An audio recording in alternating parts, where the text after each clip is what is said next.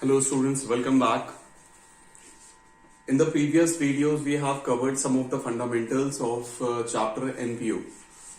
Now, in this video, we are going to solve some of the questions topic wise, firstly, and after that, full-fledged questions, so that your understanding will be more clear, so that easily you will solve the questions. So, let's start with the chapter NPO. Now here we are considering question number 10 first. Basically, the topic is fund-based accounting. Fund-based accounting. Already in the previous videos, I have cleared the concepts related with the fund-based accounting. Now, with the help of some of the questions, we will understand that how the accounting treatment will be done of this topic, fund-based accounting. Now see question number 10. The case 1. This is case 1. Now see. In the case 1, 3 items are there. Question number 10 is, how are the following dealt with the final accounts of a non-profit organization? This is the first case. 3 items are there. First is prize fund, second is prizes awarded, and third is match expenses. Now listen, we all knows that if we are receiving any amount of fund for a particular purpose, that is a liability. So here in the balance sheet, this is balance sheet, and here in the balance sheet, we are going to present this fund because we knows that fund is a liability. Now, this is a prize fund. So here I have mentioned prize fund amounted 50,000. Clear? Now, prizes awarded. Whatever the prizes awarded, that is expense. So we are going to deduct from this fund only prizes awarded, that is of 12,000. The net amount 38,000 we are going to write in the liability side. Now understand this point. All the students understand this point, that if we are receiving fund for particular purpose, then whatever the expenses related with that fund, we have to deduct all the expenses from that particular fund only. Price fund के नाम पर आपको मिला है 50,000 रुपए, खर्चे हुए हैं 12,000 रुपए, तो फंड में से ही खर्चों को लेस करना, और आउटर कॉलम में जो अमाउंट आएगा, ये अमाउंट ये बताता है कि अभी भी प्राइस फंड के नाम पर आपके पास 38,000 का अमाउंट पेंडिंग है. इसके बाद एक आइटम और दिया हुआ है मैच एक्सपेंसेस. अब देखिए, ये प्राइस फंड है, तो मैच एक्सपेंसेस इससे रिलेटेड नहीं है. तो मैच एक्सपेंसेस को कहां शो करना? इनकम एंड एक्सपेंडिचर अकाउंट के एक्सपेंडिचर कॉलम में मैच एक्सपेंसेस को सेपरेट शो कर देना. क्लियर? आप लिखिएगा 2 मैच एक्सपेंसेस और अमाउंट 15,000 मेंशन कर दीजिएगा. फिलहाल मैच एक्सपेंसेस को हमें शो नहीं करना है, हमें ये ट्रीटमेंट दिखाना है, तो हमने केस 1 का ट्रीटमेंट दिखा दिया. होप ये पॉइंट सबको क्लियर हो गया होगा. अब आ जाइए केस 2 पे. अब केस 2 करेंगे हम.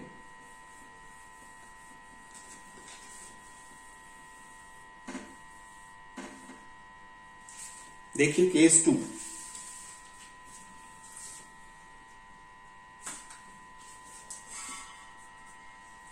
अब केस 2 में सबसे पहला आइटम क्या दिया हुआ है? Match fund 1 lakh rupees.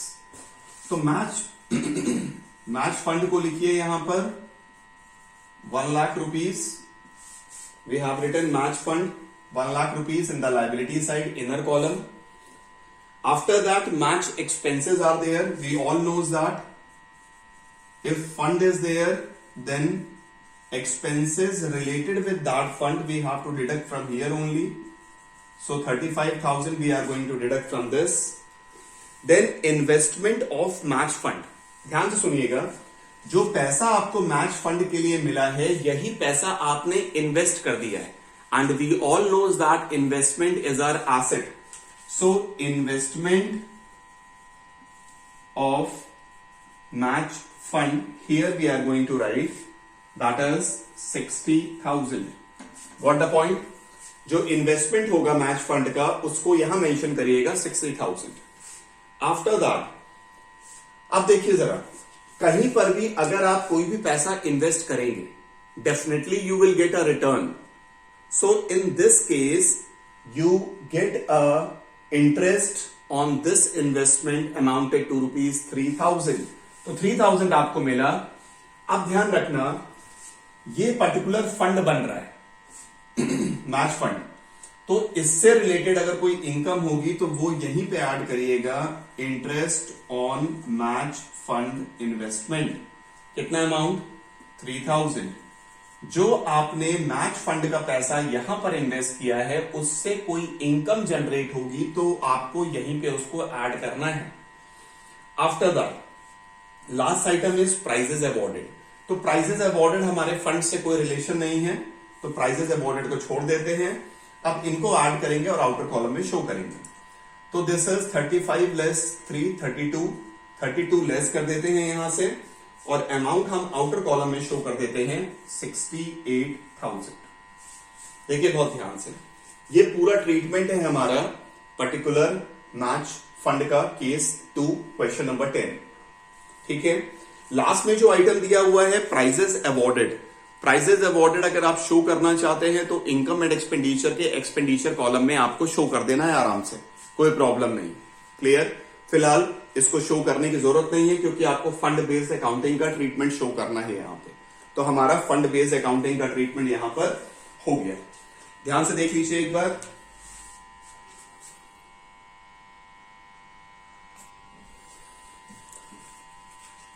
Now students, see the next question, that is question number 11. Now see in this question, again tournament fund is there. I'm reading the question. How the following items for the year ended 31st March 2019 will be presented in the financial statements of ESCO Club? This is T.S. Grewal 2021 edition. So I am solving the questions as per 2021 edition. That is latest edition. Clear? So here tournament fund is given 1,50,000. We all knows that tournament fund we are going to write here. That is 1 lakh rupees. After that tournament fund investment. We all knows that tournament fund investment we are going to write in the asset side, that is 1,50,000. After that, income from tournament fund investment 18,000. We all knows that if investment is there and on this investment we are going to generate some sort of income, then that is also specific. We have to add here income from tournament fund investment, that is 18,000. We have to add. Now expenses are of 12,000. So here we are deducting tournament expenses. We are deducting tournament expenses of ₹12,000. Now in this question, in additional information, one information is there. Interest accrued on tournament fund investment 6,000. That means the amount of interest of ₹6,000 is still pending to receive. Got the point? Now we all knows that if additional information is there, then we have to show this additional information in at least 2 places. Now see the treatment. First place is accrued interest on investment, that is 6,000. We all know that accrued is our asset. What is accrued? Accrued is due but not received. Got the point? So here we will show accrued interest on investment 6,000, and this accrued is also an income. So here we will add accrued interest on investment, that is 6,000. Now do the calculation.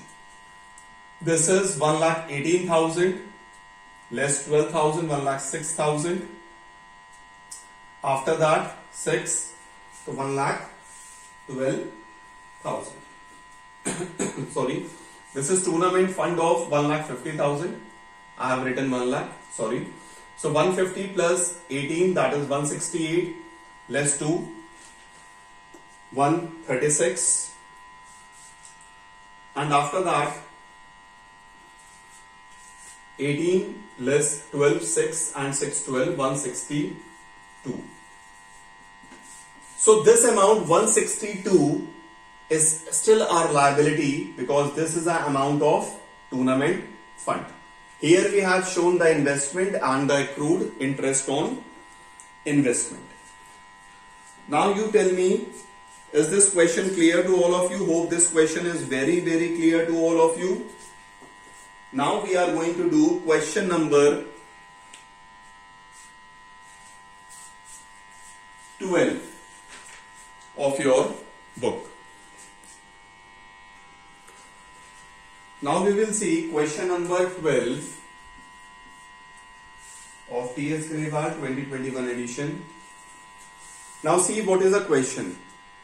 How will the following items be presented in the income and expenditure account of a club for the year ending 31st March 2019 and the balance sheet as on that date?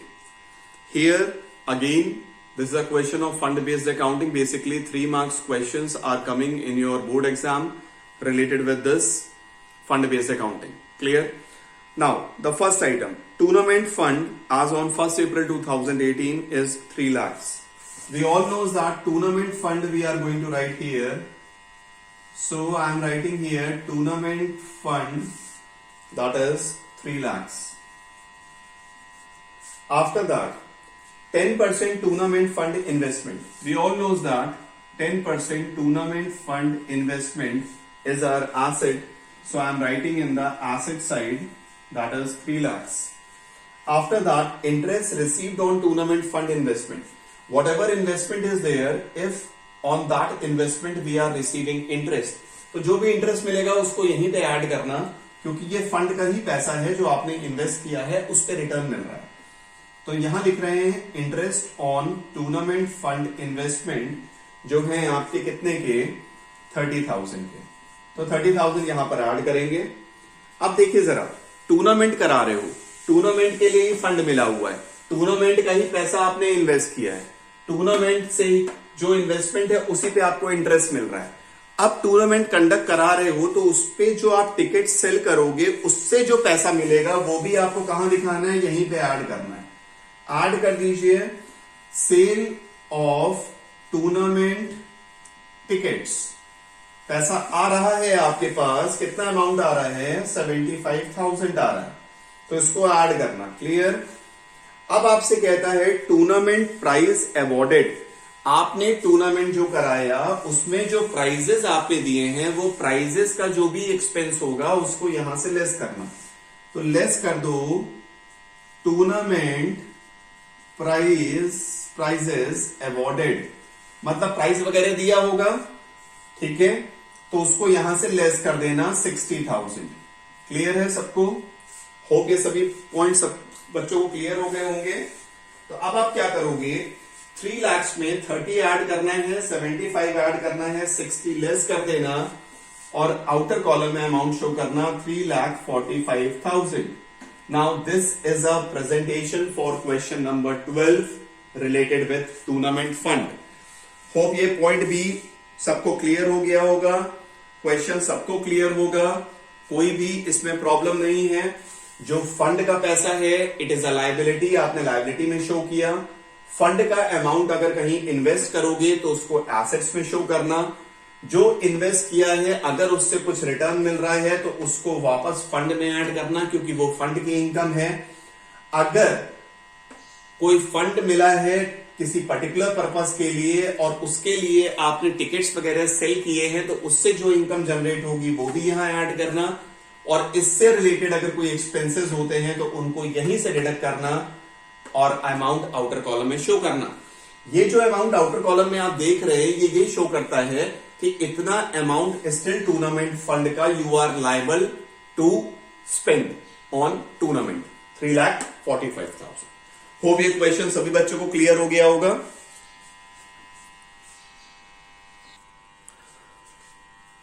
Okay students, now see the next question number 13. Question number 13 is very simple, just similar to question number 12. So that question you will do by yourself. Now we are doing question number 14. Clear? Same question, same pattern, but little change is there in this question. So see the question. First is match expenses. I am reading the question number 14. From the following information of a club, show the amount of match expenses and match fund in the appropriate financial statements of a club for the year ender. Appropriate financial statement means income and expenditure account NPO में हम normally कितने account पढ़ते हैं?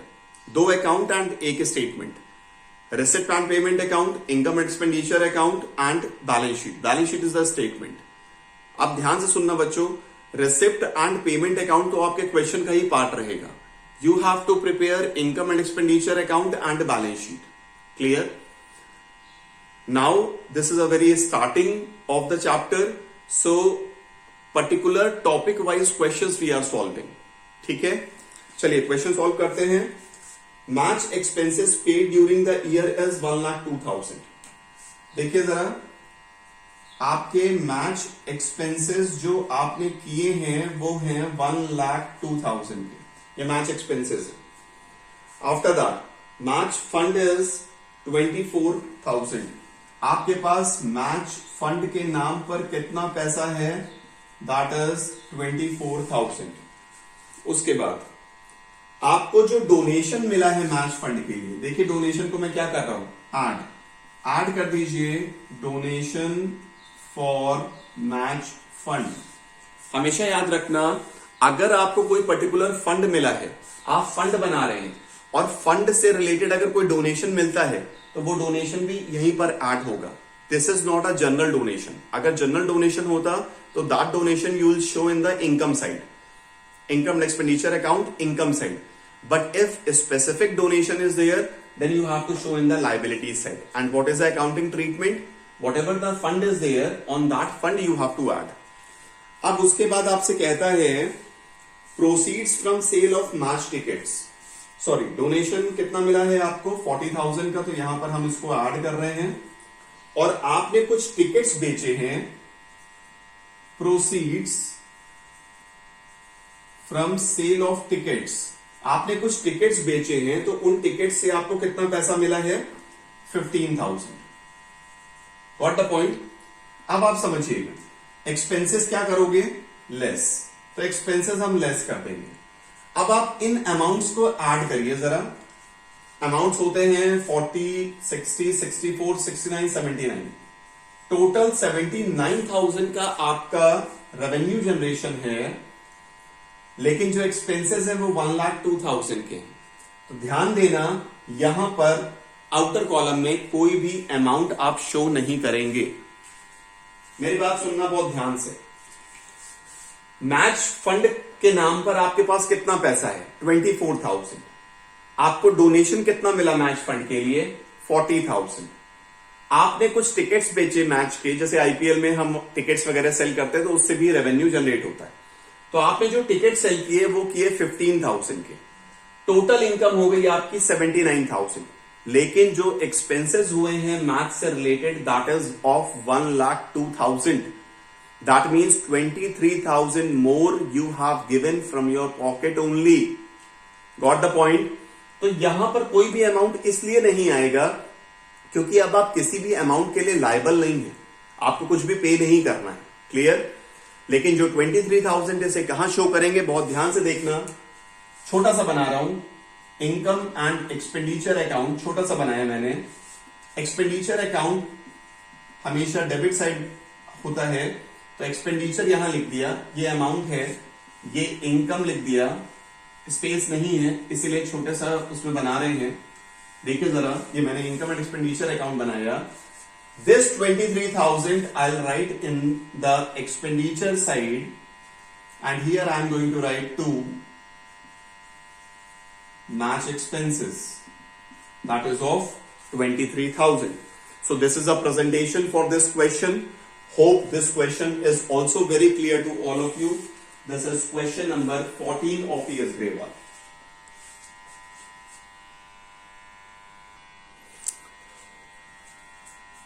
Now students, the next question, that is question number 15. Now see this question. This question is, show how are the following items dealt with while preparing the final accounts for the year ended 31st March 2019 for not for profit making organization. Case 1. ध्यान से देखेंगे, अच्छा question है। Case 1 is expenditure on construction of pavilion is 6 lakhs. The construction work is in progress and has not yet completed. अभी तक बना नहीं है। Capital fund as at 31st March 2020 is 20 lakhs. बहुत ध्यान से सुनना बच्चों। जैसे स्पोर्ट्स एकेडमी होती है, ठीक है, या प्लेग्राउंड्स होते हैं, तो वहां पर जो व्यूअर्स आते हैं उनके बैठने के लिए पवेलियन बनाया जाता है। तो यहां पर पवेलियन के कंस्ट्रक्शन की बात चल रही है।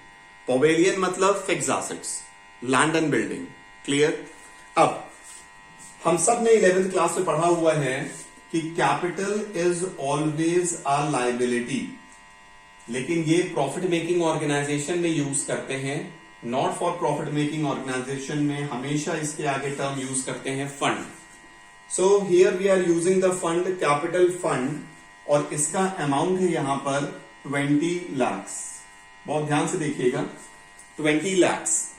अब जो पवेलियन आपने बना करके रखा हुआ है, वो पवेलियन आपके लिए क्या है? वो पवेलियन आपके लिए क्या है? दैट इज एन एसेट, लेकिन इसके आगे लिख रहे हैं हम WIP, that is work in progress, क्योंकि पवेलियन अभी कंप्लीट नहीं हुआ है, इसीलिए उस टर्म को यूज कर रहे हैं, that is work in progress. Got the point? Work in progress. ऐसा प्रेजेंटेशन दिखाएंगे आप केस 1 के लिए। This is case 1 presentation. Got the point? अब हम करेंगे केस 2। सबको ये समझ में आ गया होगा? Now we are going to do case 2। अब केस 2 देखेंगे ध्यान से। केस 2 कहता है expenditure on construction of pavilion is 6 lakhs। तो pavilion work in progress is 6 lakhs, same. After that there is a pavilion fund of rupees 10 lakhs। देखिए यहां लिख रहे हैं pavilion fund, that is 10 lakhs। After that there is a capital fund of rupees 20 lakhs। Capital fund में लिखा हमने 20 lakhs। ध्यान से देखिए। अब देखो जरा, यहां पर एक चीज बहुत ध्यान से जो आपको समझनी है वो ये है कि पवेलियन फंड के नाम पर कितना पैसा है। How much fund we are having? 10 lakhs। Out of this 10 lakhs we have made a pavilion for rupees 6 lakhs। तो पवेलियन फंड में से we will deduct an amount of rupees 6 lakhs, and here I am going to write transferred to capital fund, and this 6 lakhs I am going to add here transferred from pavilion fund 6 lakhs। Outer column में 26 lakh show करेंगे, यहां outer column में 4 lakh show करेंगे। अब आप मुझसे पूछेंगे कि सर ये क्या प्रॉब्लम हुआ, ये हुआ कैसे? अब बहुत ध्यान से सुनना मेरी बात को, ठीक है? बहुत ध्यान से सुनना। अभी सब भूल जाओ। अभी मान के चलो कि आपके पास कैपिटल फंड के नाम पर कितना अमाउंट है, 20 लाख। कोई आया और उसने आपको पवेलियन के कंस्ट्रक्शन के लिए कुछ पैसा दिया, दैट इज पवेलियन फंड। कितना अमाउंट दिया, 10 लाख। Got the point? इतना क्वेश्चन क्लियर? अब जो पैसा आपके पास, ये 10 लाख है। मान लीजिए मैं आया, मैंने आपसे पूछा ये 10 लाख रुपीस किसका है? आपने बोला कि this amount we have received in order to construct a pavilion. तो मैंने आपसे बोला okay, that means now you are bound to spend this 10 lakh only for the construction of pavilion. तो आपने क्या आंसर दिया? एग्जैक्टली। अब समझिएगा, अगर इस फंड में से कुछ पवेलियन का कंस्ट्रक्शन हुआ तो पवेलियन का कंस्ट्रक्शन होगा तो आपके बिजनेस के एसेट्स तो इंक्रीज होंगे ही होंगे। इसीलिए आपने यहां पर लिखा pavilion work in progress 6 lakh, क्योंकि 6 लाख से आपके एसेट्स इंक्रीज हो चुके हैं। आप समझिएगा, जब मैं आपसे पूछूंगा, कुछ समय बाद वापस में आया आपके पास, मैंने आपसे पूछा अरे पवेलियन तो आपका बन रहा है, बहुत अच्छा है, कितना पैसा लग गया? आपने मुझसे कहा कि 6 लाख रुपए लग गए। अब बात समझिएगा, मैंने आपसे पूछा ये 6 लाख रुपए कहां से दिए आपने? आपने कहा जो पवेलियन फंड है उसी में से 6 लाख रुपए हमने खर्चा किए। तो मैंने आपसे पूछा कि now how much amount is there in the pavilion fund? Your answer will be only 4 lakh now we are having in the pavilion fund. Got the point? ये पॉइंट 4 लाख एंड ये पॉइंट 6 लाख, सबको क्लियर? अब आगे बढ़ते हैं। मैंने आपसे पूछा कि this pavilion belongs to whom? तो आपका आंसर होगा कि sir we are NPO, we are a society, so this pavilion is a property of NPO, is a property of society. और जो जो पवेलियन बनता जाएगा वो अमाउंट एज अ एसेट आपके पास आता जाएगा और आपका कैपिटल इंक्रीज होता जाएगा। Got the point? यही क्रक्स है। Got the point? सबको समझ में आ गया? होप ये पॉइंट सभी बच्चों को क्लियर हो गया होगा। Now we are coming to the next point, that is case 3। अब देखते हैं केस 3। जो भी चेंजेस होंगे केस 3 में वो यहीं पे हम कर देंगे, पूरा क्वेश्चन हम रब नहीं कर रहे हैं। तो अभी हम आ गए हैं अपने केस 3 पे। यहां पे केस 3 हो गया।